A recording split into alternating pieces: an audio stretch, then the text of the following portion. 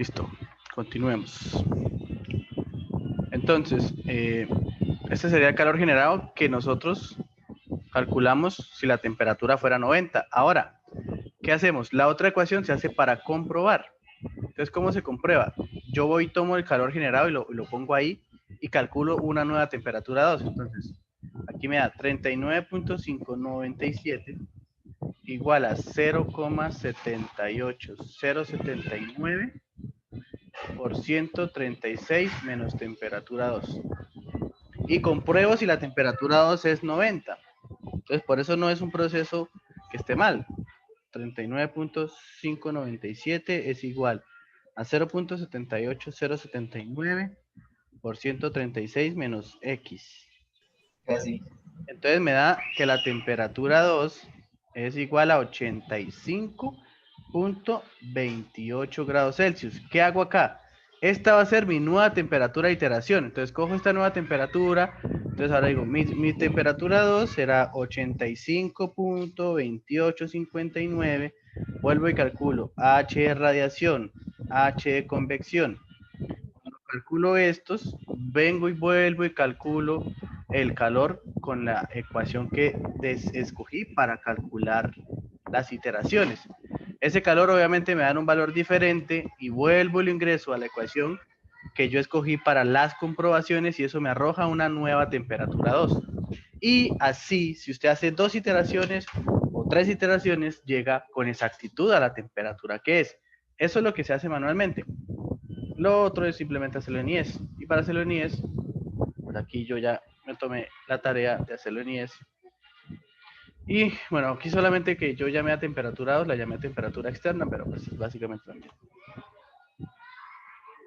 Aquí están las ecuaciones, pero las más grandes.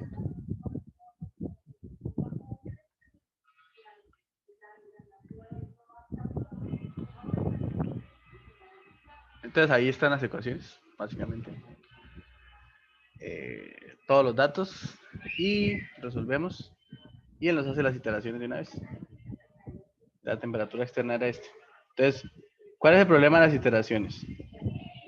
Que nosotros debemos saber iterar, porque mire que lo que nos iba a pasar con las iteraciones acá. A nosotros nos dio con este valor de 90 una temperatura más pequeña. Si agregamos una más pequeña, nos vuelve a dar una más pequeña. Y nos vuelve a dar una más pequeña y nunca vamos a llegar a una convergencia. ¿Sí? Entonces hay que tener cuidado con la escogencia de las iteraciones. Y eso es relativamente complicado. ¿Sí? Esto normalmente el profe de térmicos lo enseña con unas ecuaciones así que si usted itera aquí, luego tiene que venir a la de acá y luego sube y entonces si ve que ahí usted ya no se vuelve a encontrar con una función para volver a iterar. Entonces, cuando el proceso iterativo es de esa forma, pues baila, ¿sí? Entonces hay que escoger bien los valores. Entonces que si se escoge así, por ejemplo, bueno, yo no me acuerdo cómo era que explicaba él. Muy bien, pero él hacía un ejemplo muy interesante que era como un caracol, que las iteraciones deben ser así. El problema es que a veces escogen las iteraciones y las iteraciones están yendo así. Entonces, eso es relativamente complejo. Yo aconsejo usar IES y es una herramienta que pueden usar ahorita en la virtualidad. Pues qué mejor que la usen, ¿no? Entonces, esta sería nuestra respuesta. Este sería el valor del calor generado y al final pues ya sabíamos, entonces 18.24 vatios sobre metro era igual a I cuadrado por el valor de la resistencia por unidad de longitud, resistencia eléctrica, que era 0.00328. 0.00328 y de allí pues obviamente el I ya no sale, raíz cuadrada de 18.24 sobre 0.00328 y nosotros sabemos que si I cuadrado por R, si I está en amperes, si I está en amper y esto está en ohmio sobre L, esto resulta vatios sobre metro. Entonces pues la I va a resultar en amperes. Y tendríamos raíz de 18.24 sobre 0.00328. Me da 74.57. Y esa sería la respuesta. La corriente máxima que puede pasar es 74.57. No estamos diciendo que esa sea la corriente que pasa. O sea, para asegurarse que el aislante no supere los 136 grados, pues el valor que límite es de 75 amperes. Sí, o sea, básicamente, supónganse ustedes que ese es el como proceso analítico, tal vez, que utilizan basados en temperaturas estándar para determinar, digamos, la resistencia térmica que tendría un cable utilizado para cierta aplicación, ¿no? Entonces, supóngase usted que usted vende cables y los diseña para, no sé, soldar tal vez, donde las corrientes son muy altas. Entonces, no podría hacerse, digamos, con estas especificaciones y este calibre, que es como suelen llamar a los diámetros en los cables, ¿no? Entonces, pues básicamente esa sería como la aplicabilidad de estos procesos. No sé si tienen alguna duda.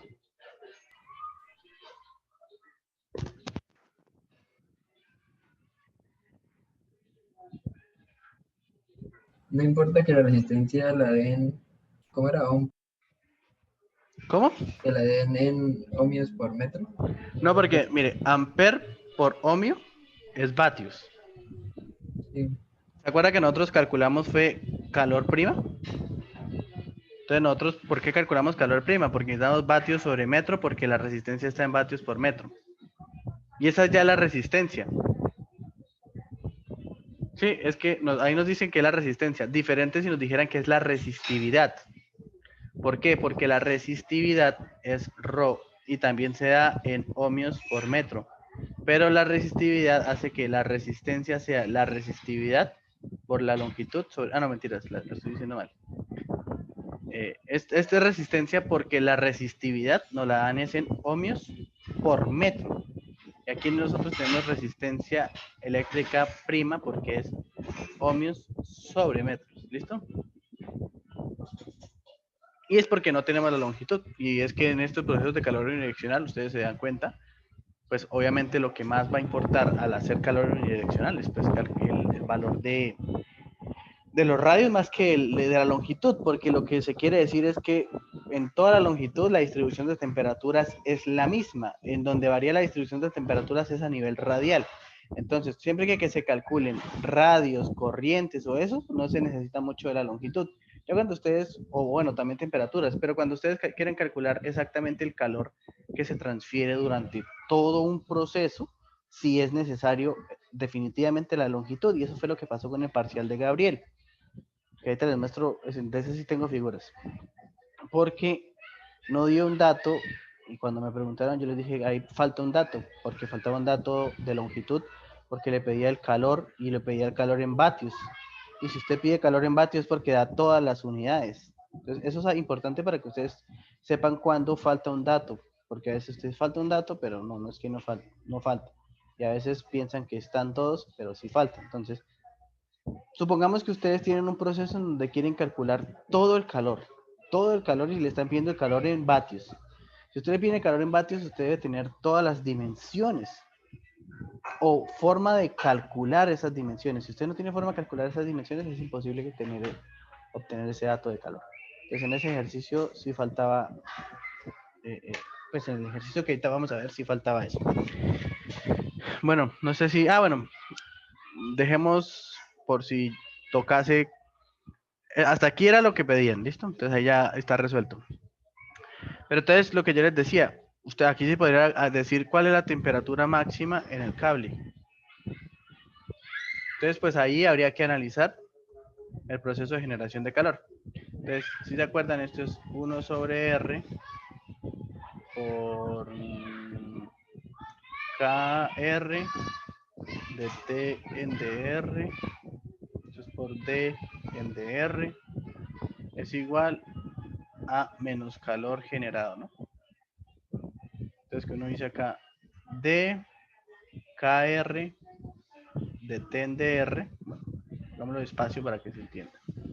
En un proceso de generación con cilindros, nosotros tenemos que la derivada parcial respecto a R por 1 sobre R de KR por de T en DR más el calor generado es igual a 0.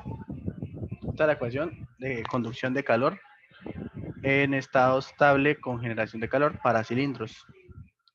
Entonces, si usted resuelve esta ecuación diferencial, le queda el diferencial de KR, bueno, esto es K por R, ¿no? De T en DR es igual a menos calor generado por R por DR. Entonces, si usted integra, pues le resulta KR de T en DR igual a menos calor generado por R cuadrado sobre 2 más una constante 1. Usted simplemente pasa a dividir esto. Entonces, de T en DR será menos calor generado por R sobre 2K. Y pues C sobre K es simplemente una misma constante, K, C. C sobre R. Y este sería el de T en DR.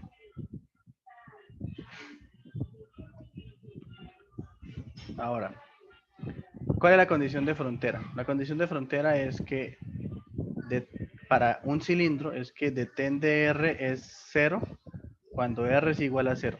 Esto pues ahí con un proceso de límites, porque aquí esto de R cuando tiende a 0 y todo eso, resulta que la C es igual a 0. Eso es algo que los profesores ya les demostraron a ustedes, pues ustedes ya lo podrían hacer. Entonces, pues de aquí sabemos que R es 0 por la condición de frontera. Perdón, C es 0 por la condición de frontera. Entonces nos queda que de T en DR es igual a menos calor generado por R sobre 2K, y pues esta ecuación pues es más sencilla, ¿no? Entonces aquí resulta temperatura R es igual a menos calor generado por R al cuadrado sobre 4 veces la conductividad más una constante 2. Y la condición de frontera acá, ¿cuál sería? Sería que en el radio igual a radio 1, o sea, igual a frontera que era el radio 1, un milímetro, 0.001 milímetros. Tenemos que la temperatura vale 136. Entonces, 136 es igual a menos calor generado, que ya lo calculamos. Ah, bueno, recuerden que esto es calor generado por unidad de volumen. Siempre acá es por unidad de volumen. Entonces, nosotros tenemos calor generado por unidad de longitud. Entonces, calor generado por unidad de volumen es calor generado por unidad de longitud dividido en el área. ¿Sí? ¿Pero en cuál área? En el área que representa al volumen. En este caso tenemos un cable que su volumen era área por longitud. Entonces, ese es el área transversal. Entonces, calor generado triple prima para nosotros, ¿cuánto será? El calor que tenemos acá en IES, que es 18.24. Entonces, 18.24 dividido en el área, que será pi por R, el radio que es 0.001 al cuadrado. Pi R cuadrado. ¿Sí? Entonces será 18.24 sobre pi por 0.001 al cuadrado. Porfa, si no me siguen, me dicen y yo paro y les explico. Entonces, calor generado es igual a 5.8 por 10 a la 6. Y siempre es por ese orden. Siempre ustedes van a encontrarse un valor así parecido. Entonces, ahora nos falta la conductividad. Aquí nos decían que el cable era de cobre. Entonces, ¿cómo se calculan las propiedades? Simplemente vamos aquí a los apéndices del libro de Sengel, puede ser, o Micropera. Y ahí aparece el cobre. Metales en las 686. Cobre puro, decía. Aluminio, aleación, cobre puro. Conductividad de 401. Entonces, menos 401. No mentiras, menos calor generado 5.8 por 10 a la 6 por el radio, que es 0.001 al cuadrado, por 4 veces la conductividad, que es 401, más C2. Entonces C2 resultaría ser 136 más este número que da 5.8 por 10 a la 6 por 0.001 al cuadrado dividido en 4 por 401. Que eso da un número muy pequeñito, ¿no? Me da 3.6150. Espera que hicimos algo mal, ¿no? Porque la temperatura en el centro debería dar C2. Y C2 no... Ah, no, sí. Miren, no es mucho. Sí, sí. 3.6159 por 10 a la menos 3. Entonces C2 será 136 más eso. Pues no es absolutamente nada. 136.0036. Nada más. Y ya entonces nos queda la distribución de temperatura. TR será igual a... Bueno, esto es... Voy a dejar simplemente así. No escribir tanto número.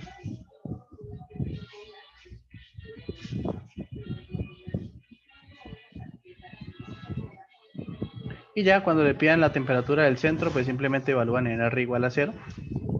Entonces la temperatura sub 0 será 136.0036. Y pues es de esperarse, ¿no? Pues un cable de 2 milímetros, pues qué. Pero pues hago el ejercicio para que si aparece algo parecido, pues lo hagan. ¿Tienen alguna duda?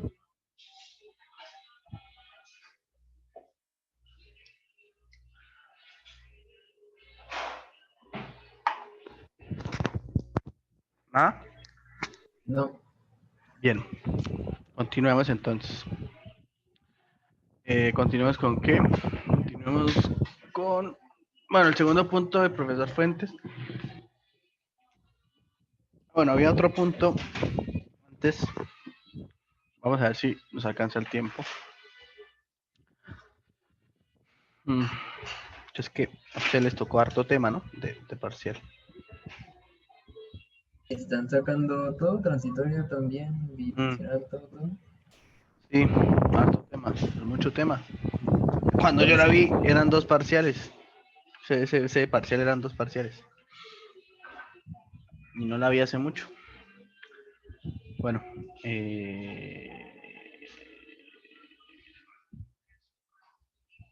ver.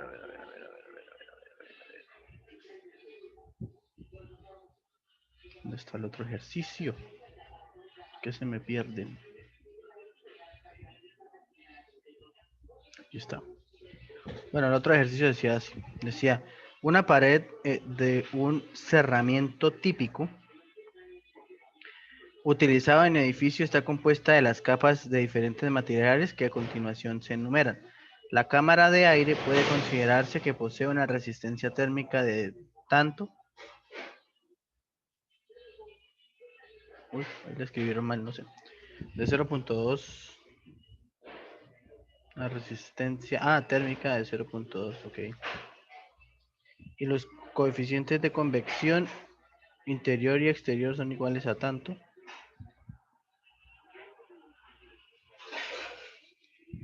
Dice, obtener el coeficiente de transmisión global. Bueno, ¿ustedes sí vieron eso?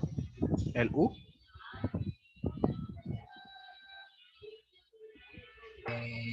Eso es...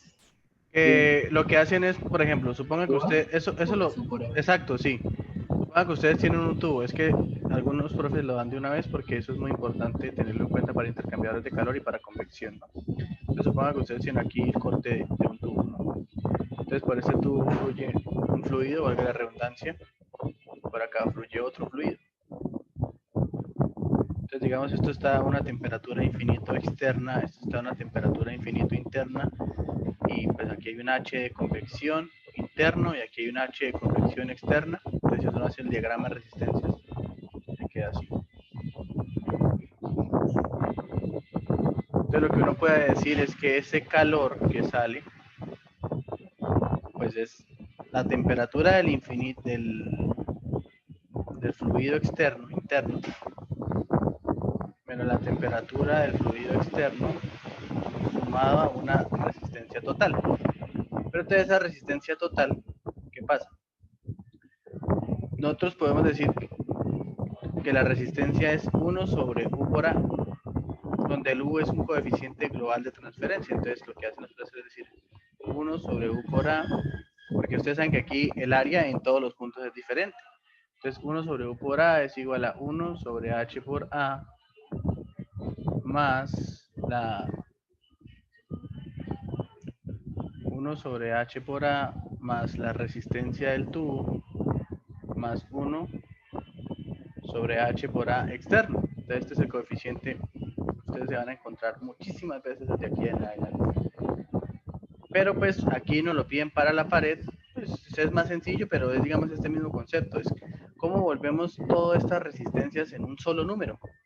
Y es que es más sencillo porque cuando ustedes vayan a diseñar intercambiadores de calor, que es para pues, un objetivo principal de esta materia, entonces simplemente dicen calor es igual a U por A por una cosa que se llama LMTD, que en próximas clases yo creo que ya en una semana o después de vacaciones aprenderemos qué es eso. Y esta es pues la ecuación con la que se van a casar, por ejemplo, en térmicos. En térmicos todo es U por A por LMTD, U por A por LMTD y ya, se acabó, no calculan resistencia, no calculan coeficientes de convección. Este U está dado en tablas para valores típicos y se estima para el diseño y listo.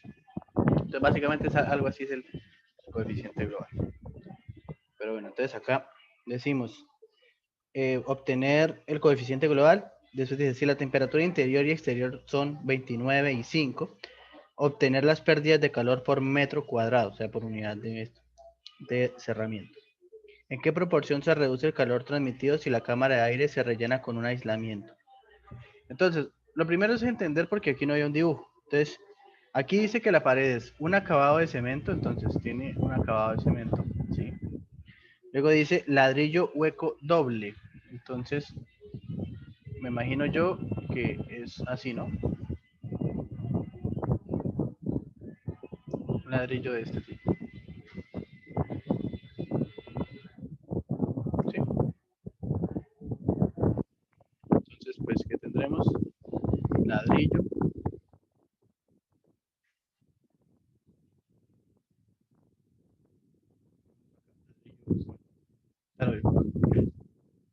Ladrillo hueco doble.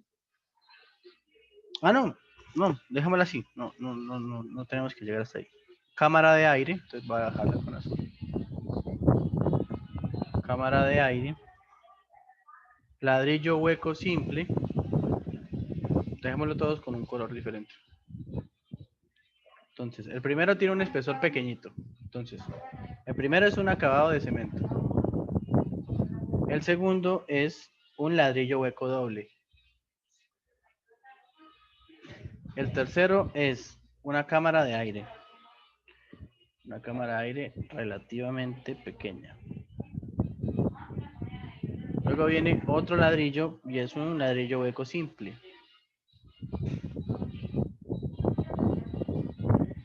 Y un yeso. Último yeso.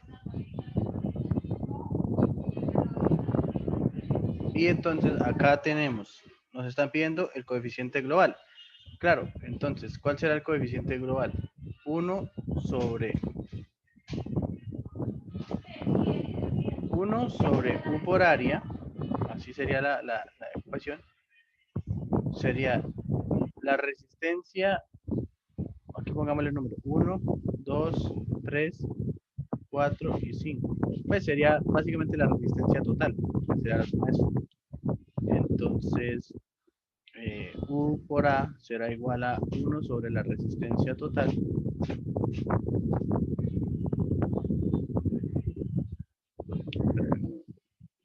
vamos a la resistencia térmica.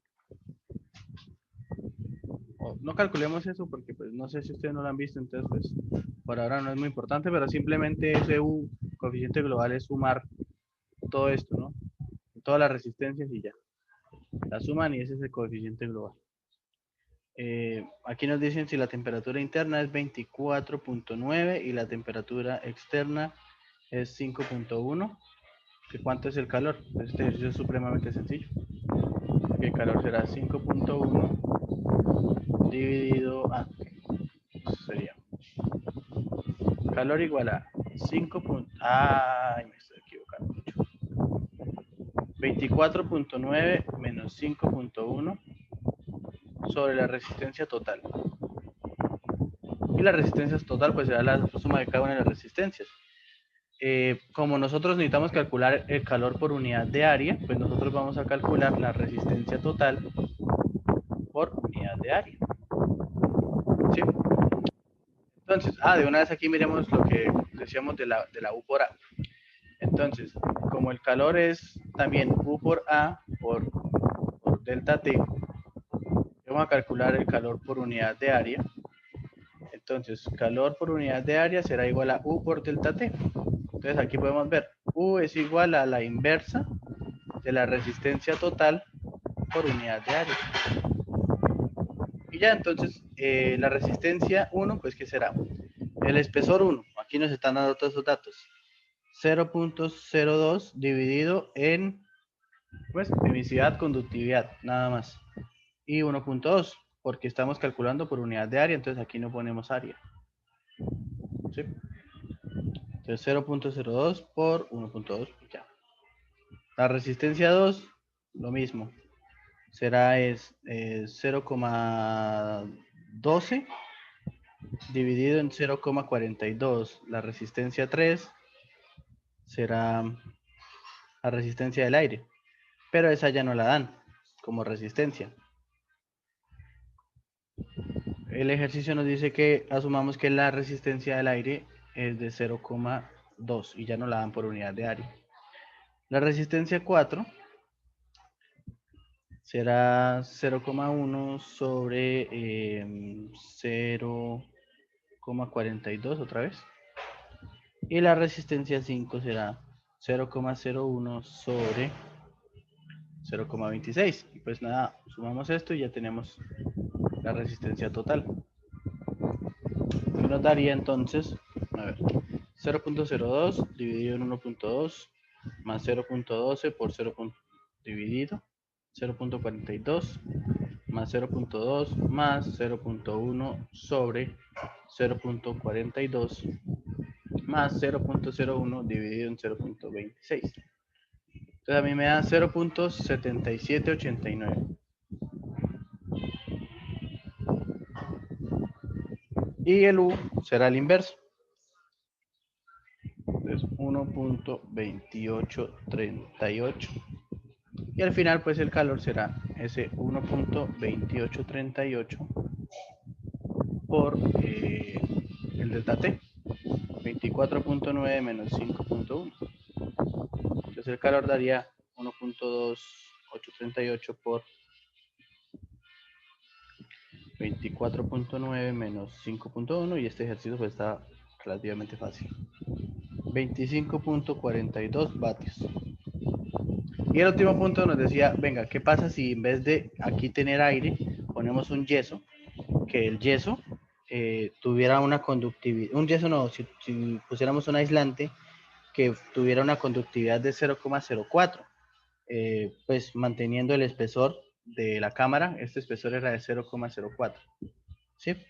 Entonces, pues, la resistencia 3, en vez de ser 0.2, nos pedían que la cambiáramos a 1. ¿Por qué a 1? Porque tenemos un espesor de 0.04 dividido en 0.04, que sería la conductividad. Entonces, pues, simplemente la resistencia total cambiaría, ¿no? Entonces, la resistencia total con el aislante sería simplemente, ya les digo cuánto,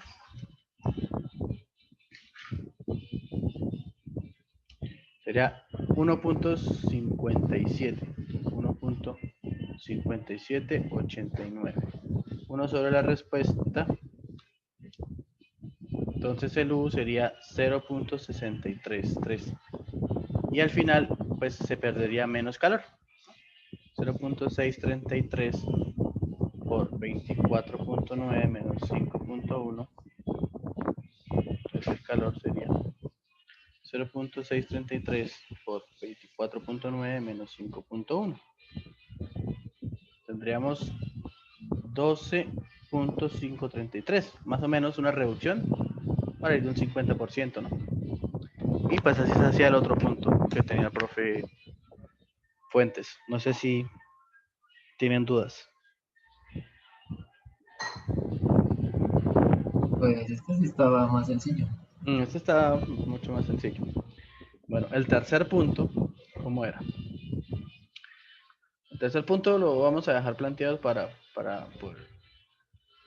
Tenían un tubo extremadamente largo, ¿sí?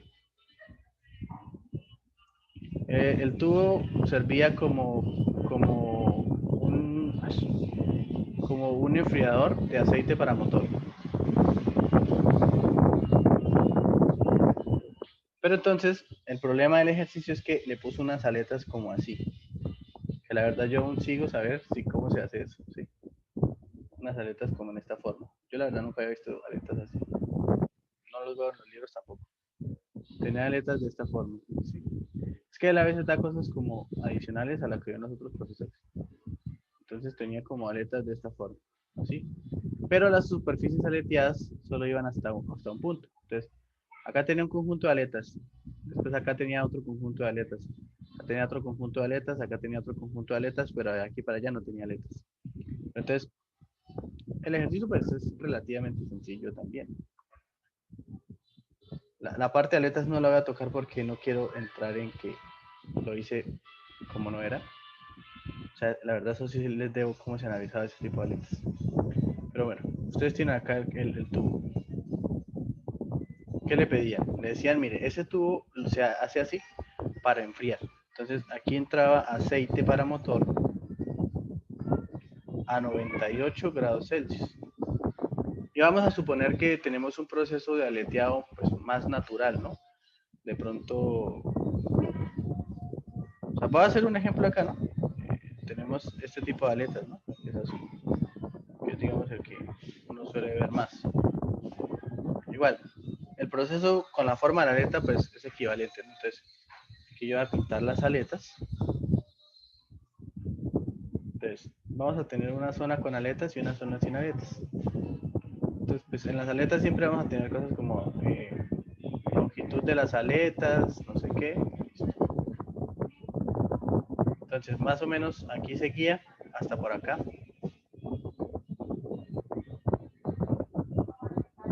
Esto era un valor de longitud 1, ¿sí? Que no me acuerdo cuánto era, no, creo que eran como 0.8 metros, o sea, 0.4 metros, si no estoy mal. Y luego lo que quedaba, que eran 0.8 metros, estaba sin aletear. Y él daba pues todas esas longitudes y eso. Entonces, longitud 2 era igual a 0.8 metros. Entonces al final él tenía pues 1.2 metros. Entonces, ¿cómo se hace acá? El análisis se va a dividir en dos. Se va a dividir en este punto. Entonces, es como si ustedes tuvieran un tubo aleteado. Se dan cuenta que tienen un tubo aleteado. Y despuesito de ese tubo aleteado, tienen otro tubo pegadito, sin aletas. Entonces, eso es lo que vamos a suponer. ¿Qué vamos a suponer? Oh, aquí entra aceite a 98 grados Celsius. A 98 grados Celsius. Y pues, como esto está transfiriendo calor así, ¿sí? Pues, ¿qué le va a pasar a la temperatura? Va a empezar a disminuir. Y aquí va a salir, digamos, con una temperatura 2. Pero esa temperatura con la que sale es exactamente la temperatura con la que entra a la superficie que no está aleteada. Y pues, obviamente, al final de toda la longitud, pues va a volver a salir ya pues a una temperatura de salida, a una temperatura 3. Entonces, esto no nos pedía el ejercicio, solo nos pedían esta temperatura. ¿Cuánto es la temperatura? Sabiendo que era aceite para motor. Listo, entonces, ¿cómo se hace este tipo de ejercicios? Y aquí es donde pues necesitamos como mucha claridad. Hasta el momento están entendiendo la explicación y cómo vamos a hacer el modelado del ejercicio. Sí. Listo, entonces, ustedes saben que si hacemos un diagrama, vamos a llamar a esto la zona 1 y vamos a llamar esto la zona 2. Entonces, vuelvo y digo, no vamos a poner muchos números porque pues, solo va a quedar planteado.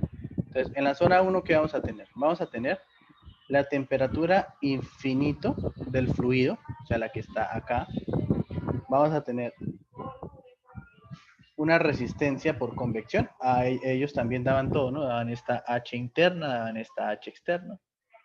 Todo lo daban. El material era cobre, las aletas también eran de cobre. Aquí tendríamos, vamos a llamar a esto temperatura A, y a esto lo vamos a llamar temperatura B. Entonces luego vendríamos con la temperatura A, temperatura B, y esto una resistencia por conducción. Luego vendríamos hacia una resistencia a las aletas. Yo sé que ustedes saben que eso se puede calcular siempre que tengamos esta longitud y que tengamos este espesor y la separación. La resistencia de las aletas se puede calcular, porque si ustedes saben, aquí esto es como una resistencia, luego viene otra resistencia, ¿sí? Como las paredes compuestas, si se acuerdan, ¿no? Entonces esta resistencia de aletas, hay una fórmula y se puede calcular. Ahorita, la verdad, no me acuerdo, la verdad se los debo. Ahorita si quieren lo revisamos un poco en el libro cómo se calcula, pero pues... Uy, sí, porfa, es que yo me confundí con eso. Si lo podemos revisar ahorita. Yo por ahí tengo un ejercicio en el Icropera, revisamos en el solucionario y ahí muestran cómo se calcula esa resistencia de aletas. Es que la verdad ahorita, digamos que eso era lo diferente a lo que se hace sin el tubo, sin aletas, ¿no? Pero más que ese cálculo de la resistencia de aletas, ahorita es algo muy importante sobre la temperatura, sobre esta temperatura. Listo. Resistencia de aletas, aquí pues sería la temperatura de la punta, ¿no? De la aleta. Y luego vendríamos a la temperatura ambiente. Y esto sería una resistencia por convección externa. Y con eso pues yo ya podría calcular el calor, ¿no? Entonces, el calor que sale, el calor 1, ¿sí? Que está saliendo, sería pues la temperatura infinito menos la temperatura ambiente sobre la resistencia total. Y como ya sabemos, aquí las resistencias son constantes, entonces pues obviamente yo ya esto lo puedo tener como un número, ¿sí? Entonces eso ya lo tengo como un número, entonces ¿esto qué quiere decir? Que esto ya lo tengo, pero este calor no está completamente definido. Yo les hago una pregunta a ver si ustedes la pueden contestar. ¿Cuánto es temperatura infinita?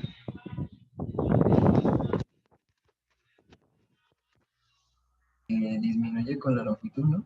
¿Cómo? O sea, va disminuyendo.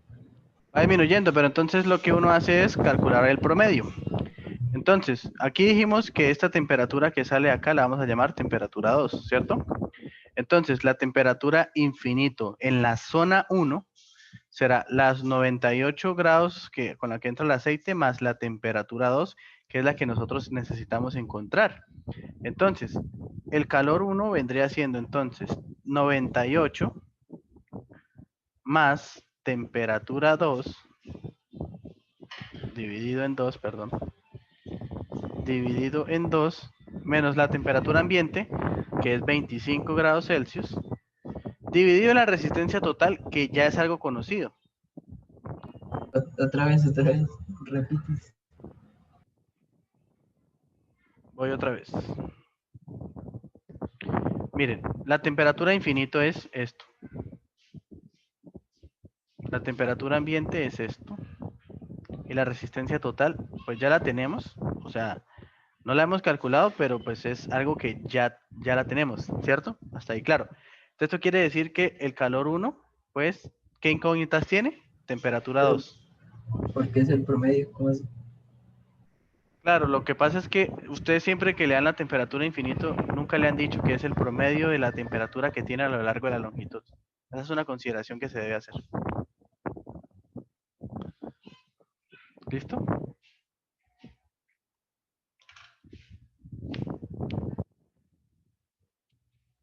Bueno, se acaba esta reunión, entremos a otra y ahí me preguntan la duda sobre esa temperatura infinita.